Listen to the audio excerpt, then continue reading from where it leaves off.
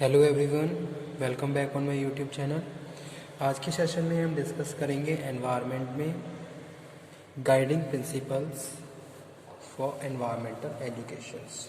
ठीक है, previous video lecture में हमने जो टॉपिक डिस्कस किया था वो था नीड ऑफ एनवायरमेंटल एजुकेशंस। ठीक है, क्या नीड है एनवायरमेंटल एजुकेशंस की और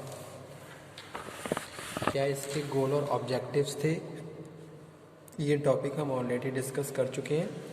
सो coming to today session, guiding या guideline principles environmental education. First one is to consider the environment in its totality, natural, artificial, technological, social, economical, political, moral, cultural, historical and aesthetic. Okay, तो here we are talking about the total aspect of the environment से related जितने भी aspects हैं, that's aspect we have to understand. चाहे हम natural aspect की बात करें या फिर हम टेक्नोलॉजिकल यानी कि आर्टिफिशियल की बात करें या फिर टेक्निकल की बात करें या किसी अदर एस्पेक्ट की बात करें, all aspect we have to understand. सभी की हमें प्रॉपर नॉलेज होनी चाहिए।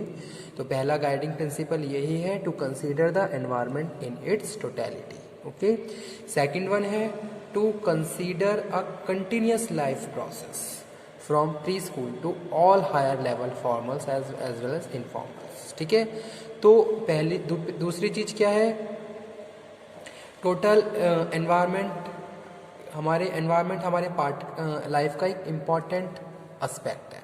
ठीक है, हम एनवायरनमेंट में रह रहे हैं, हमारा जो चारों तरफ एटमॉस्फेयर है वो हमें इन्फ्लुएंस करता है, कहीं ना कहीं हमारे ऊपर एक इफेक्ट डालता है। तो वही चीज़ यहाँ पे हम डिस्कस कर रहे हैं, to consider a continuous life process, यानी कि स्टार्टिंग से लेके और लास्ट मैच्योरिटी लेवल तक हम बात करें, हायर लेवल तक की अगर हम बात कर रहे हैं, तो हर एस्पेक्ट को हमें प्रॉपरली समझना होगा कि भाई अगर हम प्राइमरी लेवल पे बात करें तो वहाँ पे किस तरीके से हम एनवायरमेंटल एजुकेशन के लिए अवेयर हो सकते हैं। ओके, और उसके बाद नेक्स्ट स्टेज,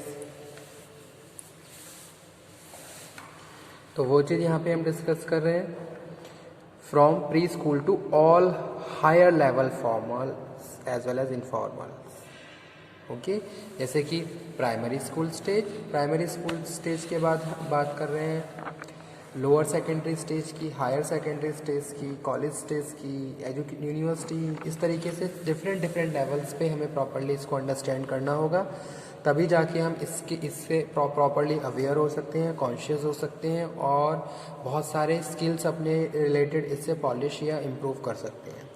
थर्ड है to be interdisciplinary in approach. Environment से रिलेटेड अगर हम एनवायरनमेंट की बात करें तो ये क्या है, इंटरडिसिप्लिनरी है नेचर में। ठीक है, बहुत सारी चीज़ें आपस में क्या है, एक दूसरे से इंटर रिलेटेड हैं, बहुत सारे ऐसे फैक्टर्स हैं जो आपस में इंटर रिलेटेड हैं। जैसे कि अगर हम बात कर रहे हैं पॉलिटिकल, सोशल, कल्चरल फैक्टर्स की, तो सब चीज़ें क्या हैं, आपस में इंटर रिलेटेड हैं जो कि इन्वायरमेंट को कोरिलेट कर रही है। तो वही चीज़ यहाँ पे हम बात कर रहे हैं, to be interdisciplinary in approach. Next है to emphasis active participation in the prevention and solution of the environmental problems. You have to participate for the prevention as well as taking the solution to the environment problems. जितनी भी environment problems हैं उनके लिए आपको you have to take a initiate, आपको participate करना होगा ताकि आप बहुत सारी पॉलिसी फॉर्मुलेट कर सकें, बहुत सारे प्रिवेंटिव एक्शंस ले सकें और बहुत सारी जितनी भी प्रॉब्लम्स आ रही हैं उनको सॉल्व कर सकें। ठीक है, to examine major environmental issues, here we are talking about the attentions.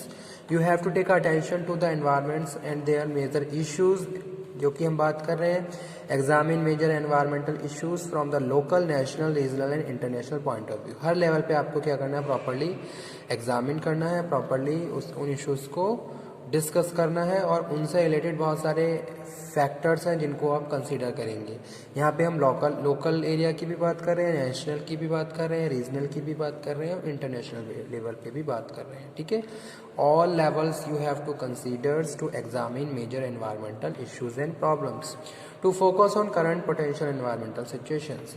Most important aspect है करंट में क्या क्या मेजर प्रॉब्लम्स चल रही हैं, किस तरीके से इन प्रॉब्लम को हम प्रिवेंट कर सकते हैं और आने वाले टाइम में बहुत सारी प्रॉब्लम्स को हम सॉल्व कर सकते हैं, ठीक है। So that's why next guideline is to focus on current potential environmental situation. जैसे कि आज के टाइम में बहुत सारी ऐसी प्रैक्टिसेस चल रही हैं एनवायरनमेंट से रिलेटेड, बहुत सारी ऐसी चीज़ें हैं जो करंट में चल रही हैं। अब आपको क्या करना है, पहले तो उनको अटेंशन देनी है, उनके बारे में उनको प्रॉपरली समझना है। You have to also find out the reason why these are occurring, ऐसा क्यों हो रहा है, उसके पीछे क्या रीज़न रहा, और इस तरीके की प्रैक्टिसेस के लिए हम किस तरीके से प्रिवेंटिव एक्शंस ले सकते हैं और कैसे इन सारी प्रॉब्लम को सॉल्व कर सकते हैं, ठीक है।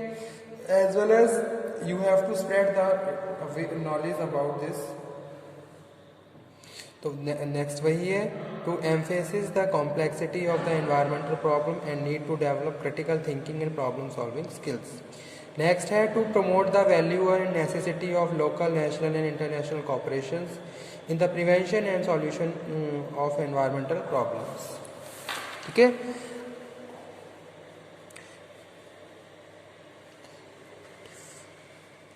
Means to say a cooperative behavior you have to show while you are participate in any organizations। आप किसी भी ऑर्गेनाइजेशन में पार्टिसिपेट कर रहे हो का पार्ट हो तो वहाँ पे आपको cooperation, you have to show cooperative behaviour toward the best practices about the environment. तो एनवायरनमेंट के लिए जो भी बेस्ट प्रैक्टिसेस हैं, बेटर पॉलिसीज हैं, उनके लिए आपको क्या करना पड़ेगा, cooperation, you have to show cooperation. To utilize diverse learning about environment and different approaches to teaching and learning about environment, okay। That is next, create a learning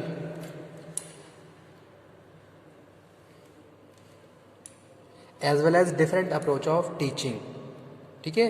तो यहाँ पे हम लर्निंग एंड टीचिंग दोनों concept को ही discuss कर रहे हैं।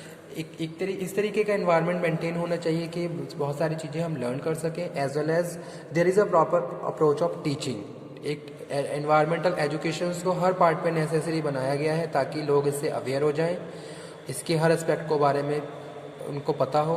Next है to help learner to discover the symptoms and real cause of environmental problems, to relate environmental sensitivity, knowledge, problem solves and values clarification at every grade level. Next one is to enable learners to have a role in planning their learning experience and provide an opportunity for making decisions and accepting their consequences, okay।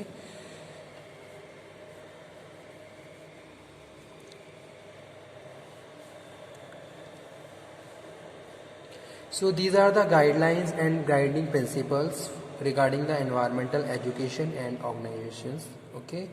तो ये सारी चीज़ें, ये सारी एक तरीके से preventive actions हैं जो हमें लेने चाहिए, प्रिंसिपल्स हैं जिन पे हमें प्रॉपर काम करना होगा ताकि हम एनवायरमेंटल एजुकेशन को और ज़्यादा स्प्रेड कर सकें। या फिर हम ये कह रहे हैं कि need about the need of the environmental educations, तो these are the practices, best practices for covering up the area. तो इन सब के लिए हमें क्या करना है, एनवायरमेंटल एजुकेशंस को और ज़्यादा स्प्रेड करना होगा। Environmental education programmes, Newman 1981 proposed a threefold classification of environmental education programs based on different disciplines. Environmental studies, this is concerned with the environmental disturbance and minimization of their impact through change in the society, social science. Environmental science, it deals with the study of process in water, air, soil or organism which lead to pollution or environmental damage, to know the scientific basis for establishing a standard which can be considered acceptably clean, safe and healthy for human and natural ecosystem, physical and natural science. Third one है environmental engineering.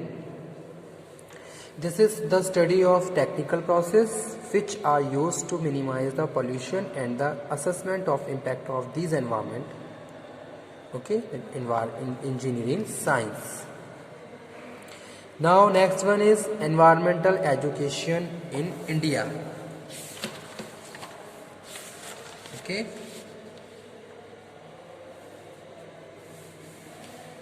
So environmental scenario of India is very wide। जैसे कि India is a very populated country, our country is highly diverse, इसमें बहुत सारे climatical, geographical, cultural, ethical या फिर हम बात करें इकोनॉमिकल, सोशली डाइवर्सिफिकेशन है. So therefore environmental education has to be essentially location specific. At the first level we have to pay attention on the school going children and women, उन पे हमें ध्यान देना होगा. अगर हम बात करें स्कूल गोइंग चिल्ड्रंस की या फिर वुमेन्स की, तो टोटल पॉपुलेशन का 50% पार्ट बन जाता है. ठीक है, तो यहाँ इस लेवल पे हमें क्या करना है, एनवायरमेंटल एजुकेशंस को डेवलप करना है एक तरीके से. उन जितने भी स्कूल गोइंग बच्चे हैं, वीमेन हैं, इनको अवेयर करना है, बेसिक्स इन स्टडीज़ प्रोवाइड करवानी है ताकि बेसिक टर्म्स के बारे में ये जान पाएँ. They are to be made aware of health, जैसे अपने कोई भी एक बच्चा है तो वो अपने अवेयर से हेल्थ से अवेयर होना चाहिए. ठीक है, या फिर फैमिली प्लानिंग है, न्यूट्रिशंस की बात है, कितने न्यूट्रिशन, बैलेंस डाइट जैसे कि हम बात कर रहे हैं कि एक बैलेंस डाइट क्या होता है, एक बच्चे को पता होना चाहिए ताकि वो अपने हेल्थ के लिए हमेशा कॉन्शियस रहे. रूरल डेवलपमेंट की बात करें, इम्प्रूवमेंट की बात करें, सैनिटेशंस की बात करें, हाइजीन वाटर एंड फूड, कंटेमिनेशंस की बात करें, फ्यूल फूड की बात करें. ठीक है, तो ये सारे क्या है, इम्पॉर्टेंट एस्पेक्ट हैं इंडिया में जो एनवायरमेंटल एजुकेशन से रिलेटेड है. ओके, तो जिसकी स्टार्टिंग जो हम बात कर रहे हैं, स्टार्टिंग जो है वो फर्स्ट स्टेज से हो रही है, यानी कि स्कूल गोइंग चिल्ड्रन से हो रही है. वहाँ ही लोगों उस स्टेज पे ही हमें क्या करना है, एनवायरमेंटल एजुकेशन को इंक्लूड कर देना है. और जो बेसिक टर्म्स हैं इनको हमें अपने जितने भी स्कूल गोइंग चिल्ड्रंस हैं इनको सिखाना है. जैसे कि हम विमेंस की बात कर रहे हैं, they have to aware about the basic things of environment, कि भी हमारा एनवायरनमेंट क्या है, इसका किस तरीके से हमारे ऊपर इफेक्ट पड़ता है, हम जो डे टू डे काम कर रहे हैं उससे किस तरीके से ये इफेक्टेड होता है. ठीक है, किस तरीके से हम इसमें बैलेंस बना के चलें ताकि बहुत चीज़ें पॉल्यूटेड ना हों. तो ये सारी बेसिक टर्म्स पता होनी चाहिए वुमेंस को, तो उनके बारे में हम यहाँ पे डिस्कस कर रहे हैं.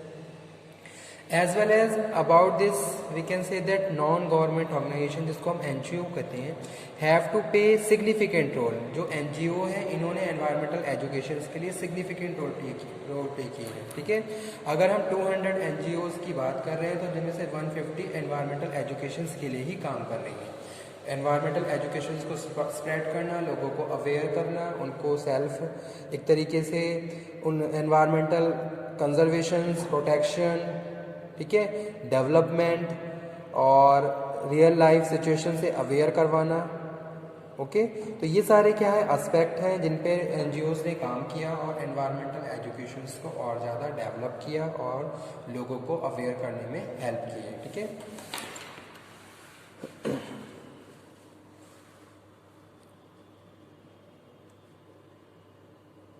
so children are to be told and real meaning of wildlife. Most children think only tiger, lion and elephant as a wildlife. They are to be educated for plants, smaller animals, microbes, etc. Holistic approach to the wildlife. Okay, student, thank you very much.